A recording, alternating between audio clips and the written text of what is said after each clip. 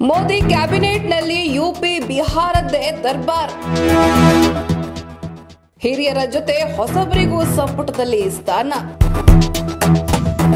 ನೂತನ ಸರ್ಕಾರದಲ್ಲಿ ಒಟ್ಟು 19 ಜನ ಕ್ಯಾಬಿನೆಟ್ ಸೇರಿದ್ದಾರೆ.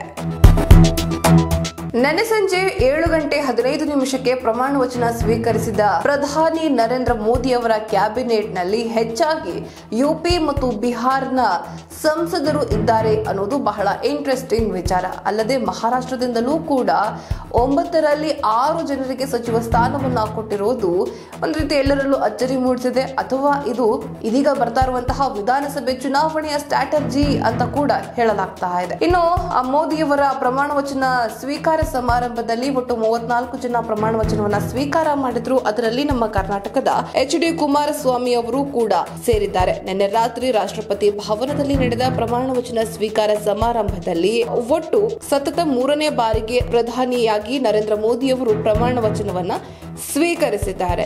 ಇನ್ನು ಪ್ರಧಾನಿ ನರೇಂದ್ರ ಮೋದಿ ಅವರ ಸಂಪುಟದಲ್ಲಿ ಹಿರಿಯರ ಜೊತೆಗೆ ಹೊಸಬರಿಗೂ ಕೂಡ ಸಂಪುಟದಲ್ಲಿ ಸ್ಥಾನ ನೀಡಲಾಗಿದೆ.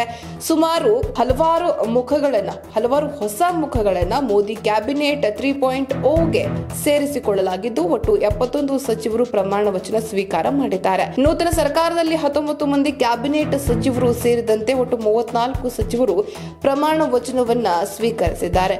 ಪ್ರಧಾನಿ ನರೇಂದ್ರ ಮೋದಿ ಅವರ ನೂತನ ಸಂಪುಟದಲ್ಲಿ ಉತ್ತರ ಪ್ರದೇಶ ಮತ್ತು ಬಿಹಾರಕ್ಕೆ ಗರಿಷ್ಠ ಪ್ರಾತಿನಿಧ್ಯ ಸಿಕ್ಕಿದೆ. ಅದೇ ಸಮಯದಲ್ಲಿ ಈ ವರ್ಷ ವಿಧಾನಸಭೆ ಚುನಾವಣೆ ನಡೆಯಲಿರುವ ಮಹಾರಾಷ್ಟ್ರದಿಂದಲೂ ಕೂಡ 6 ಸಂಸದರನ್ನ ಸಚಿವರನ್ನಾಗಿ ಮಾಡಲಾಗಿದೆ.